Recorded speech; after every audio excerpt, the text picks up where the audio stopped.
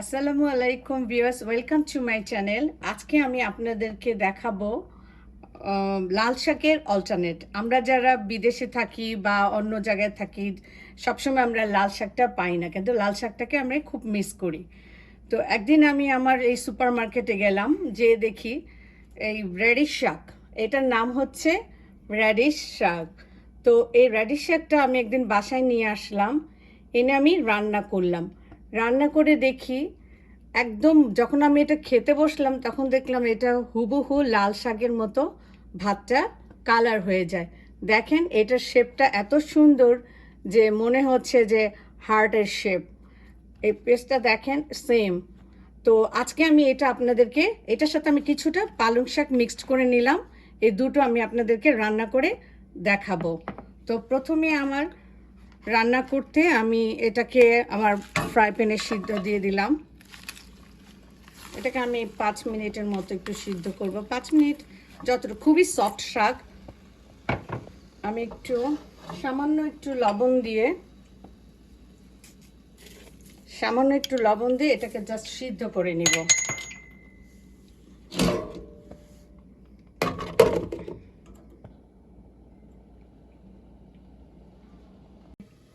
আমার 5 মিনিট হয়ে গেল। হ্যাঁ, আমার শাকটা খুব সুন্দর সিদ্ধ হয়ে গেছে। তো এখন আমি যেটা করব আপনাদেরকে দেখাচ্ছি। এখানে আমি একটু সয়াবিন তেল দিয়ে দিব। এই মিডিলে তেলটা দিয়ে আমি এখানে রসুন দিয়েছি 3টা, একটু কিউব কিউব করে কেটে, আর পেঁয়াজ কুচি, রসুন পেঁয়াজ কুচি আমি ঠিক মিডলে দিব। আর একটু স্বাদের জন্য দিব চিংড়ি মাছ। 2টো চিংড়ি মাছ দিয়েছেন মিডিয়াম সাইজের, জাস্ট একটু খুব ভাজা ভাজা মজা স্মেল হবে। এখানে আমার লবণ লাগবে না মনে হয়, তারপর আমি একটু দেখে সামান্য একটু দিচ্ছি, কারণ এখানে পেঁয়াজ আর রসুন আছে। এই শাকটা এতটাই সুন্দর আর এতটাই টেস্টি যে আপনারা এখন আর লাল শাকের আমাদের আর না পেলে কারো আফসোস লাগবে না। আমি একটু এই শাকটা যখন সিদ্ধ হয়ে একটু পানিটা বেশি হয়েছিল, আমি একটু তুলে ফেলছিলাম। আপনাদেরকে আমি দেখাচ্ছি কি পরিমাণ সুন্দর কালার, একদম বাংলাদেশের লাল শাকের মতো কালার। এই পানিটুকু আমি আর দিব না, কেন আমার শাকটা থেকে পানিটা একটু উঠে গেছিলো। আর আরেকটা মজার জিনিস হচ্ছে, এই শাকটার ভিতরে আপনারা দেখবেন আমি কিন্তু কোনো মরিচ দিইনি, কারণ এটার ভিতরে আমি মরিচ দিব না। আমি একটা বোম্বাই মরিচের কিছু অংশ কেটে কেটে দিব। বোম্বাই মরিচটা দিলে হয় কি, এই দেশের বোম্বাই মরিচটা দেখতে খুব সুন্দর, বাট ঝাল না, কিন্তু ভীষণ সুন্দর একটা স্মেল।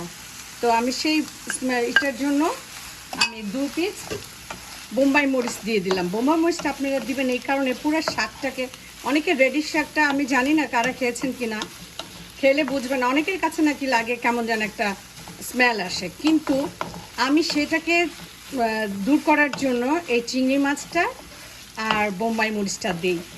ভাতটা যখন আমি এটার সাথে ভাত খাই, অনেস্টলি আমি বলি এত মজা লাগে যে মনেই হয় না যে আমি এটা রেডি শাক খাচ্ছি না লাল শাক খাচ্ছি, এবং ভাতটা আমার পুরো লাল হয়ে যায়, তখন খুব ভালো লাগে। আর এই রেডি শাকটা আমার আমি যখন এখানে প্রথম আসি তখন আমার একটু আয়রন ব্লাডের একটু পরিমাণ কম ছিল, তো ডাক্তার আমাকে রেকমেন্ড করছিল যে রেডি শাকটা খেতে। সে থেকে আমার রেডি শাকটা খাওয়া, এবং এই শাকটাতে প্রচুর পরিমাণে calcium, iron, vitamin A, vitamin C, যার জন্য প্রত্যেকটা মহিলাদের, স্পেশালি যারা প্রেগনেন্সি মহিলা এবং যাদের বডিতে আয়রনের একটু ঘাটতি, তারা এটা খুব খাবেন। এবং এটা খুবই একটা স্বাস্থ্যকর ফুড শাক, প্লাস টেস্টি। তো আমার শাকটা দেখেন কি সুন্দর হলো, আমার শাকটা হয়ে গেছে। আমি একটু সাদা ভাতের সাথে এটা খাবো এবং আপনাদেরকেও দেখাবো এটা কত দূর ইয়ামি হয়েছে।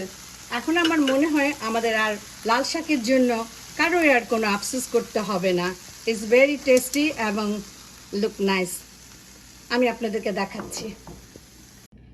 আচ্ছা, এখন আপনাদেরকে আমি দেখাচ্ছি আমার শাকটা মেখে, প্লেটটা একটু তুলে দেখাচ্ছি।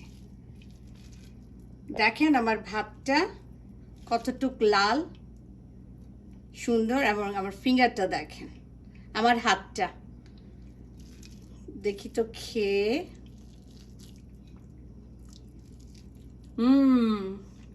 খুবই টেস্টি, খুবই কালারফুল এবং হেলদি শাক।